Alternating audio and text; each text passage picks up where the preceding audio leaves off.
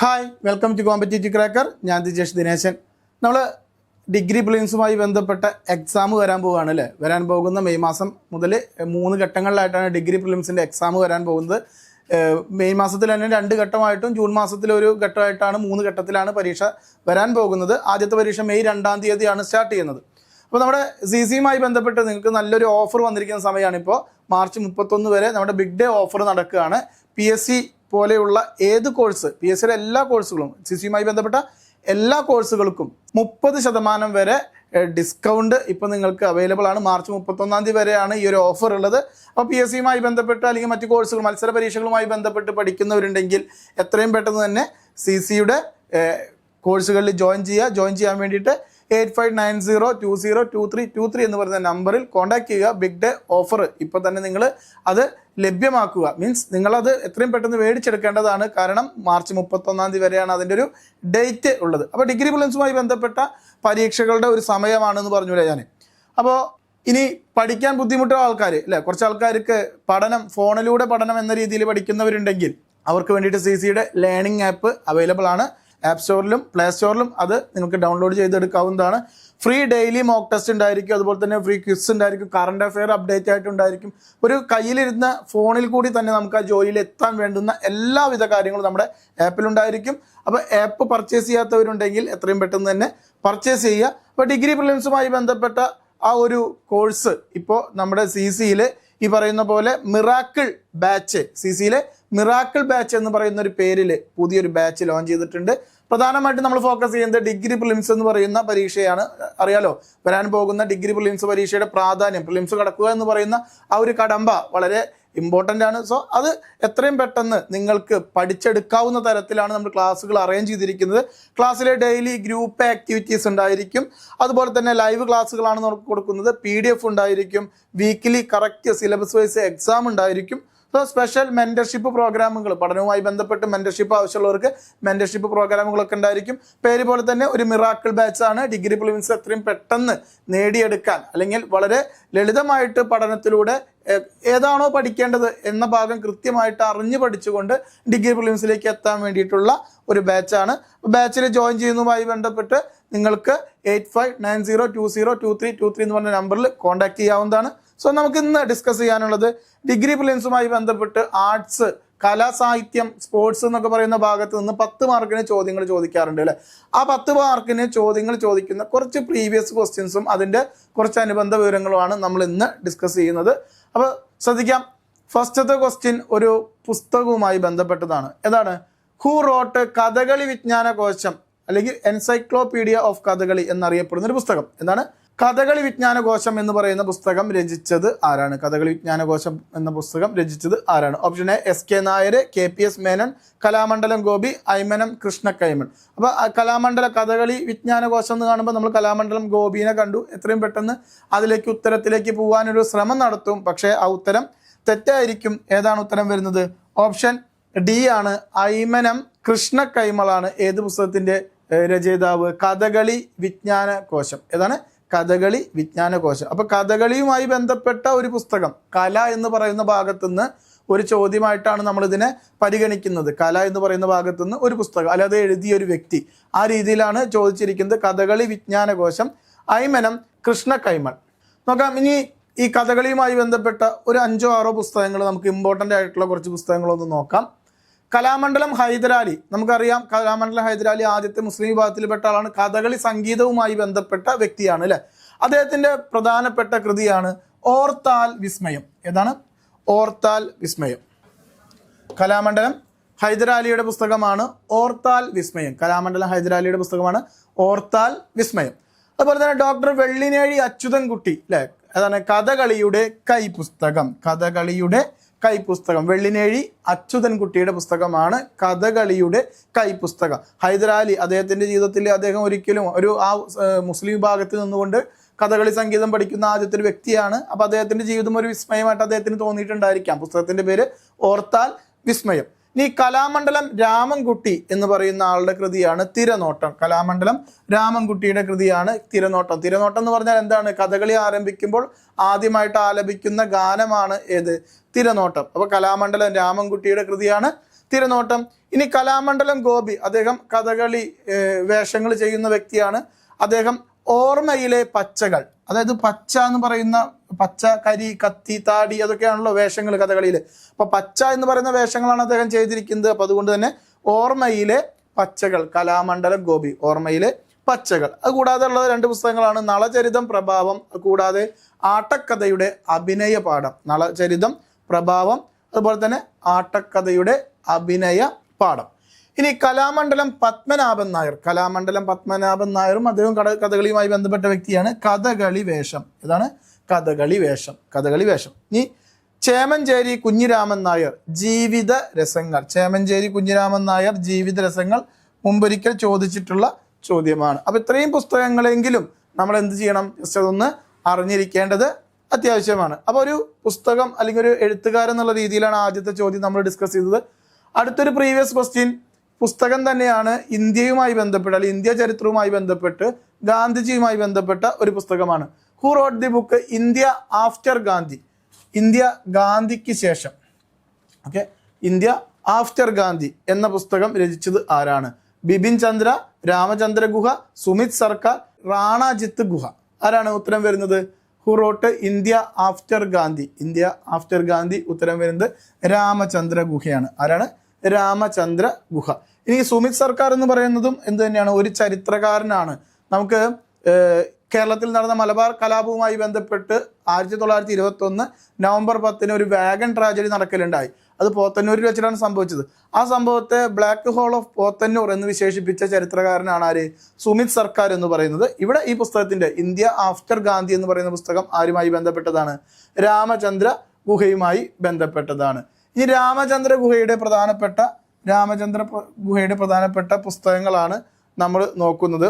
ആധുനിക ഇന്ത്യയുടെ ശില്പികൾ, makers of modern India. ആധുനിക ഇന്ത്യയുടെ ശില്പികൾ എന്ന് പറയുന്നത് രാമചന്ദ്ര ഗുഹയുടെ പുസ്തകമാണ്. ആധുനിക ഇന്ത്യയുടെ ശില്പികൾ. ഇന്ത്യ ഗാന്ധിക്ക് ശേഷം, അല്ലെ, ഇന്ത്യ ആഫ്റ്റർ ഗാന്ധി നമ്മൾ പഠിച്ചു. ഇപ്പൊ ഇന്ത്യ ആഫ്റ്റർ ഗാന്ധി രണ്ടാമത്തെ. ആധുനിക ഇന്ത്യയുടെ ശില്പികളുണ്ട്, ഇന്ത്യ ആഫ്റ്റർ ഗാന്ധി. ജനാധിപത്യവാദികളും വിമതരും, ജനാധിപത്യവാദികളും വിമതരും, ജനാധിപത്യവാദികളും വിമതരും.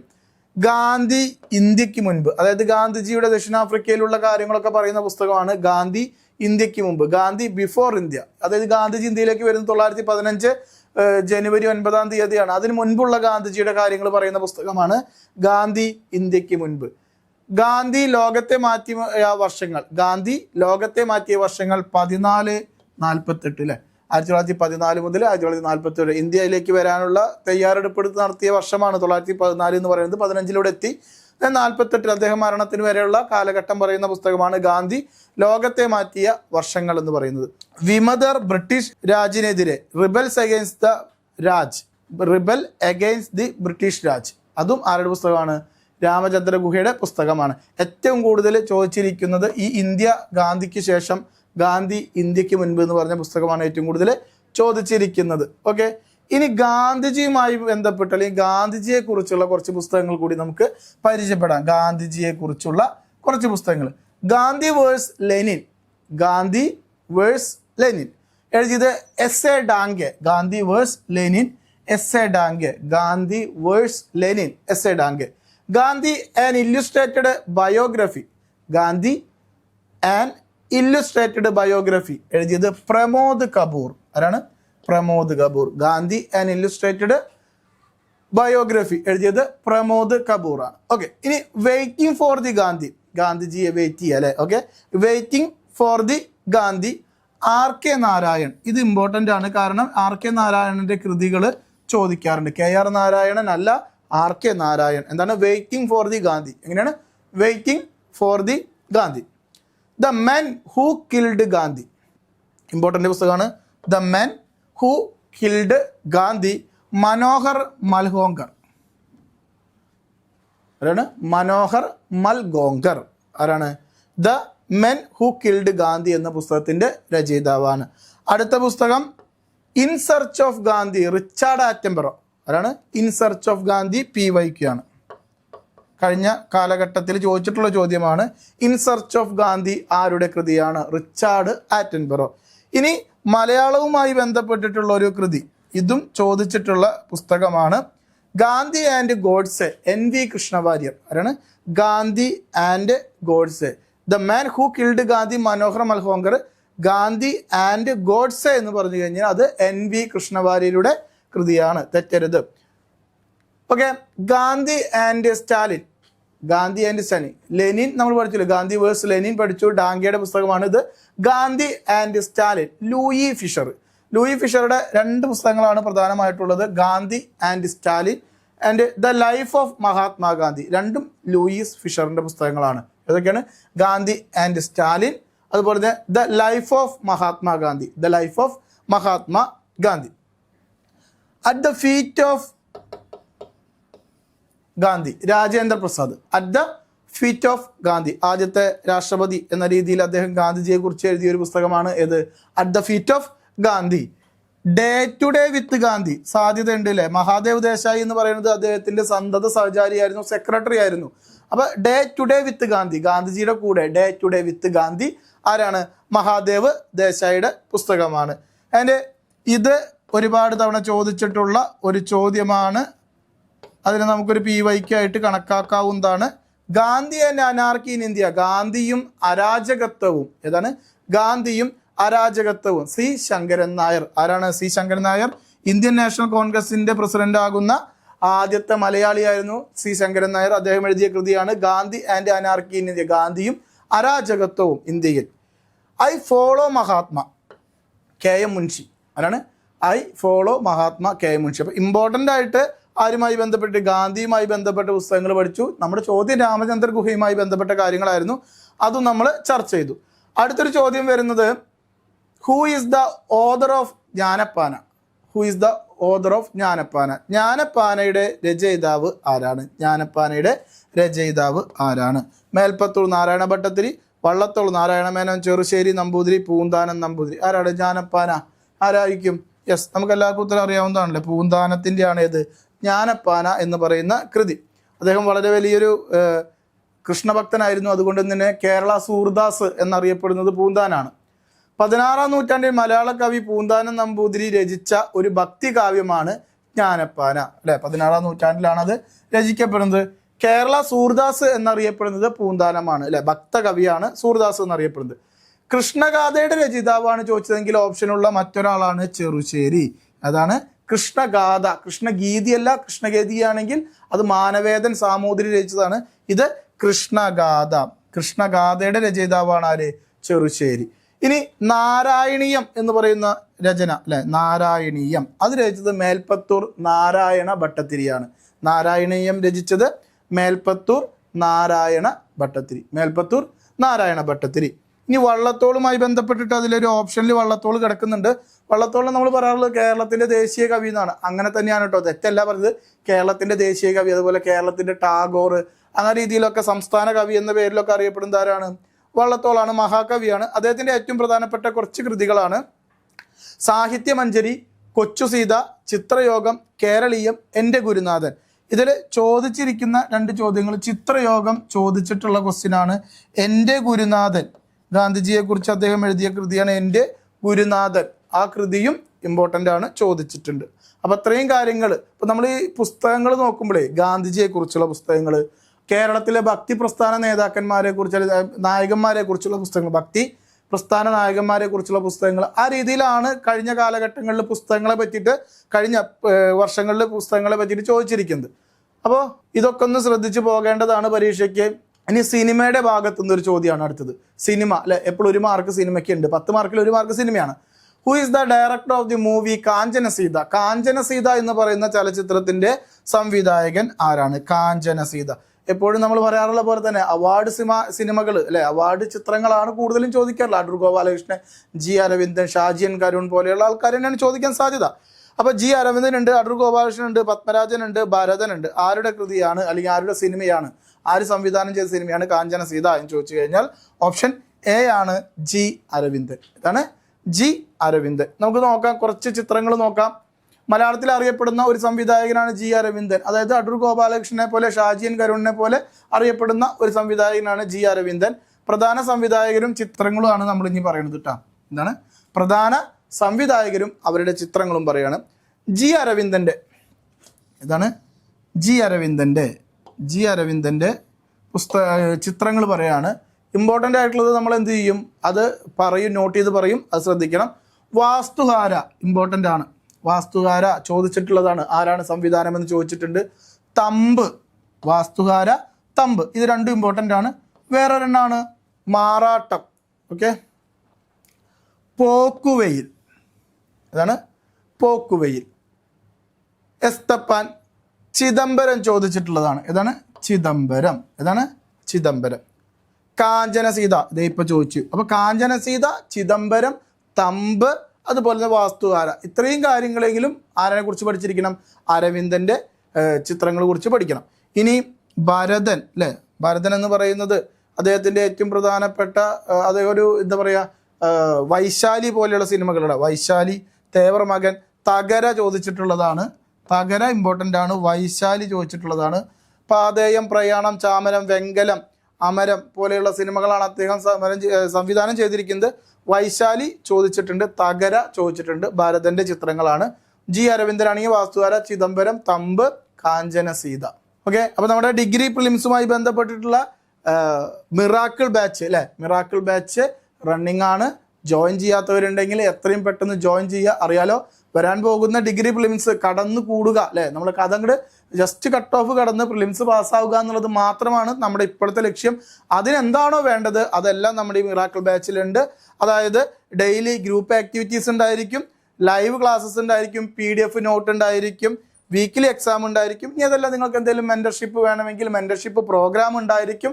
അപ്പോൾ അതുകൊണ്ട് തന്നെ ജോയിൻ ചെയ്യാത്തവരുണ്ടെങ്കിൽ എത്രയും പെട്ടെന്ന് ജോയിൻ ചെയ്യുക. 8590202323 എന്ന് പറഞ്ഞ നമ്പറിൽ കോൺടാക്ട് ചെയ്യുക. നമുക്ക് ഇനി അടുത്തൊരു ക്വസ്റ്റ്യനിലേക്ക് പോകാം. അത് ക്വസ്റ്റ്യനിലേക്ക് പോകുന്നപ്പോൾ നേരത്തെ ക്വസ്റ്റ്യൻ്റെ അടൂർ ഗോപാലകൃഷ്ണനെ പറ്റിയിട്ട് നമ്മൾ പറഞ്ഞില്ല അല്ലേ. അടൂർ ഗോപാലകൃഷ്ണൻ സ്വയംവരം. അടൂർ ഗോപാലകൃഷ്ണൻ്റെ ഏതൊക്കെ ചിത്രങ്ങളാണ് പഠിക്കേണ്ടതെന്ന് ചോദിച്ചാൽ സ്വയംവരം സ്ഥിരമായിട്ട് ചോദിക്കുന്ന കുറച്ച് ചോദ്യങ്ങളാണ് അടൂർ ഗോപാലകൃഷ്ണനെ കുറിച്ചിട്ടാ. സ്വയംവരം, കഥാപുരുഷൻ, മതിലുകൾ, 4 പെണ്ണുങ്ങൾ, അനന്തരം, എലിപ്പത്തായം, മുഖാമുഖം, നിഴൽ കൂത്ത്, കൊടിയേറ്റം. ഇതിൽ ഏറ്റവും കൂടുതൽ ചോദിച്ചിരിക്കുന്നത് സ്വയംവരത്തെ കുറിച്ചിട്ടാണ്. മതിലുകൾ ചോദിച്ചിട്ടുണ്ട്. എലിപ്പത്തായം ഒരുപാട് അവാർഡുകൾ കിട്ടിയ ചിത്രമാണ് എലിപ്പത്തായം. വിദേശ രാജ്യങ്ങളിലൊക്കെ അവതരിപ്പിച്ചിട്ടുള്ള ചിത്രമായതുകൊണ്ട് എലിപ്പത്തായത്തെ പറ്റി ചോദിക്കാറുണ്ട്. കൊടിയേറ്റം ചോദിച്ചിട്ടുണ്ട്. ഈ കഥാപുരുഷനും PYQ ആണ്. ഓക്കെ അല്ലേ. അപ്പോൾ സ്വയംവരം, മതിലുകൾ, കഥാപുരുഷൻ, എലിപ്പത്തായം, കൊടിയേറ്റം, 4 പെണ്ണുങ്ങളും ഇമ്പോർട്ടൻ്റ് ആണ്. ഓക്കെ അല്ലേ. ഇനി അതുപോലെ തന്നെ ഒരു സംവിധായകനാണ് ഷാജി എൻ കരുൺ. ഓപ്ഷനിൽ ഉണ്ടായിരുന്നില്ല, എന്നാലും പറയുക. ഷാജി എൻ കരുണിന് ഏറ്റവും കൂടുതൽ അവാർഡുകൾ നേടിക്കൊടുത്ത സിനിമയാണ് ഏത്? പിറവി, ഷാജി എൻ കരുൺ. ഓക്കെ. നിഷാദ്, വാനപ്രസ്ഥം, സ്വാഹം, കുട്ടിസ്രാങ്ക് ഈ അടുത്ത കാലത്ത് PSC ക്വസ്റ്റ്യൻ പേപ്പറിൽ ചോദിച്ചിട്ടുള്ളതാണ്. കുട്ടിസ്രാങ്ക്, AKG സോപാനം, ഇതൊക്കെയാണ് അദ്ദേഹത്തിൻ്റെ പ്രധാനപ്പെട്ട കൃതികൾ. പഠിക്കേണ്ടത് ഏതൊക്കെയാണ്? വാനപ്രസ്ഥം, കുട്ടിസ്രാങ്ക്, പിറവി. ഇതാണ് ഷാജി എൻ കരുണുമായി ബന്ധപ്പെട്ടിട്ട് ഏറ്റവും പ്രധാനപ്പെട്ടത് ചോദിക്കാറുള്ളത്.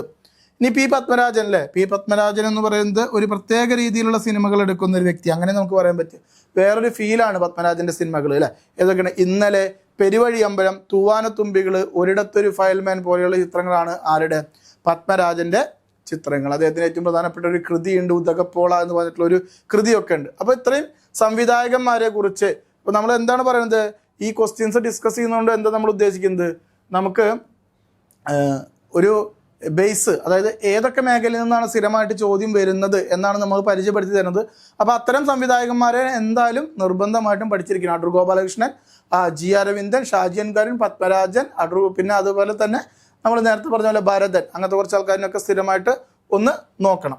ഇനി the Indian newspaper and founders are given below. Find the incorrect പെയറാണ് കണ്ടുപിടിക്കേണ്ടത് അല്ലേ. തെറ്റായത് കണ്ടുപിടിക്കണം. ഓക്കെ. ഇന്ത്യൻ പത്രങ്ങളും അതിൻ്റെ സ്ഥാപകരും താഴെ പറയുന്നു, അതിൽ തെറ്റായത് കണ്ടുപിടിക്കുക. Okay. Bengal gazette, James Augustus hiki. ശരിയാണോ? ബംഗാൾ ഗസറ്റ് ശരിയാണ്, ജെയിംസ് അഗസ്റ്റസ് ഹിക്കിയാണ്. സംവാദ് കൗമുദി, രാജാറാം മോഹൻ റോയ്. ശരിയാണോ? ശരിയാണ്. ഹിന്ദു പാട്രിയറ്റ്, ഇതാണ് ഹിന്ദു പാട്രിയറ്റ്, മധുസൂദൻ റേ. ഇതാണ് മധുസൂദൻ റേ. അതറിയില്ല, ചിലർക്കൊന്നും അത് അറിയില്ലെങ്കിൽ അവിടെ നിൽക്കട്ടെ. മിറാത്തുൽ അക്ബർ, ഫിറോസ് ഷാ മേത്ത. ഒരിക്കലല്ല, അങ്ങനെ ഒരു പുസ്തകം അല്ല അങ്ങനെ ഒരു പത്രമേ ആർക്കില്ല, ഫിറോസ് ഷാ മേത്തയ്ക്കില്ല.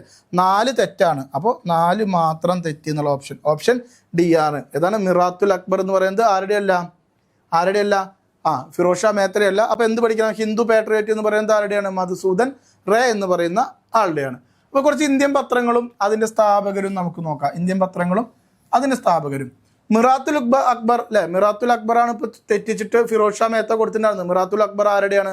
രാജാറാം മോഹൻ റോയുടെയാണ്. ആരുടെയാണ്? സംവാദ് കൗമുദിയും രാജാറാം മോഹൻ റോയുടെയാണ്.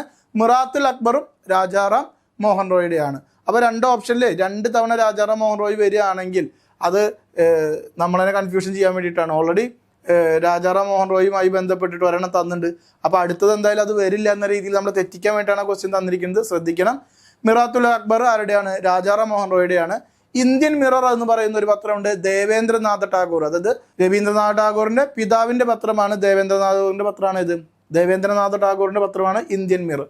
ദി ഹിന്ദു, വീരരാഘവാചാരി, അതുപോലെ തന്നെ GS അയ്യർ, ജി സുബ്രഹ്മണ്യ അയ്യർ, 2 പേരും കൂടി ചേർന്നിട്ടാണ് ഇത് ദി ഹിന്ദു പത്രം സ്ഥാപിക്കുന്നത്. കർമ്മയോഗി പ്രീവിയസ് ഇയർ ക്വസ്റ്റ്യൻ ആണ്. ഡിഗ്രി പ്രിലിംസുമായി ബന്ധപ്പെട്ടിട്ടല്ല, പക്ഷെ പ്രീവിയസ് ക്വസ്റ്റ്യൻ പേപ്പറിലുള്ളതാണ് ഇത്. കർമ്മയോഗി ആരുടെയാണ്? അരവിന്ദ് ഘോഷ്. ആരുടെ പത്രമാണ്? അരവിന്ദ് ഘോഷ്. ഇനി വന്ദേ മാതരം 2 തരത്തിലുണ്ട്. ഇംഗ്ലീഷിലാണെങ്കിൽ അത് ബിപിൻ ചന്ദ്രപാലും, ഉറുദു ആണെങ്കിൽ അത് ലാല ലജ്പത് റായിയാണ്. ഇംഗ്ലീഷ് വന്ദേ മാതരം ആണെങ്കിൽ ബിപിൻ ചന്ദ്രപാല്, ഉറുദു ആണെങ്കിൽ ആരാണ്? ലാല ലജ്പത് റായ്. ആരാണ്? ലാല. ഇതാണ് തെറ്റാൻ നമുക്ക് സാധ്യത കേട്ടോ. ഉറുദു ഭാഷയിൽ ലാല ലജ്പത് റായ് ഒരു പത്രം ഇറക്കി എന്നൊക്കെ പറയുമ്പോൾ ചിലർ കൺഫ്യൂഷൻ വരാം. ശരിയാണ്. ലാല ലജ്പത് റായുടെ പിതാവ് ഉറുദു അധ്യാപകനായിരുന്നു. ആ ഒരു ബേസിൽ അദ്ദേഹത്തിന് ഉറുദു നല്ല വശമുണ്ട്. അപ്പോൾ വന്ദേ മാതരം ഉറുദു ഭാഷയിൽ ഇറക്കിയത് ലാല ലജ്പത് റായിയാണ്. ഇനി നാഷണൽ ഹെറാൾഡ് എന്ന് പറയുന്ന പത്രം 1930 കാലഘട്ടത്തിൽ 38-ലൊക്കെ രൂപം കൊണ്ട് സ്ഥാപിക്കപ്പെട്ട പത്രമാണ് ജവഹർലാൽ നെഹ്റുവിൻ്റെ നാഷണൽ ഹെറാൾഡ്. ഇതാണ് നാഷണൽ ഹെറാൾഡ്. നേഷൻ എന്ന് പറയുന്ന പത്രം ചോദിച്ചിട്ടുള്ളതാണ്. നേഷൻ ആരുടെയാണ്? ഗോപാലകൃഷ്ണ ഗോഖലെയുടെ പത്രമാണ് നേഷൻ. ഇതാണ് ഗോപാലകൃഷ്ണ ഗോഖലെയുടെ പത്രമാണ് നേഷൻ. ഫ്രീ ഹിന്ദുസ്ഥാൻ, താരക് നാഥ് ദാസ്. ആരാണ്? താരക് നാഥ് ദാസ്. അപ്പോൾ ഇതിൽ ഇമ്പോർട്ടൻ്റ് ആയിട്ടുള്ള കാര്യങ്ങൾ ഏതൊക്കെ വരാൻ സാധ്യത? ഒന്ന് മിറാത്തുൽ അക്ബർ ഇമ്പോർട്ടൻ്റ് ആണ്.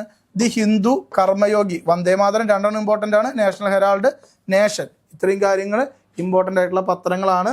ഒന്ന് ഓർത്ത് വെക്കണം. ഇത് മാത്രം പോരാ, ഇതുമായി ബന്ധപ്പെട്ട ഒരുപാട് മറാത്ത പോലെയുള്ള പത്രം അല്ലെ, ബാലഗംഗാധര തിലകൻ്റെ കേസരി പോലെയുള്ള പത്രം, അതുപോലെ തന്നെ യുഗാന്തർ, സ്വദേശി മിത്രം, അങ്ങനെ കുറേ പത്രങ്ങളൊക്കെ ഉണ്ട്.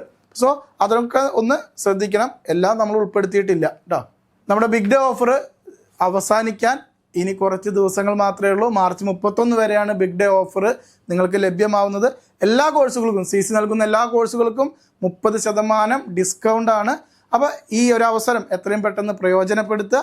ആവശ്യമുള്ളവർ മീൻസ് അതുമായി ബന്ധപ്പെട്ട് കൂടുതൽ കാര്യങ്ങൾ അറിയുന്നതിന് വേണ്ടിയിട്ട് 8590202323 എന്ന് പറഞ്ഞ നമ്പറിൽ കോൺടാക്റ്റ് ചെയ്യുക. നമ്മുടെ ചാനൽ സബ്സ്ക്രൈബ് ചെയ്യാത്തവരുണ്ടെങ്കിൽ സബ്സ്ക്രൈബ് ചെയ്യുക, ലൈക്ക് ചെയ്യുക. ഓക്കെ, അടുത്തൊരു വീഡിയോ ആയിട്ട് വീണ്ടും കാണാം. ബൈ.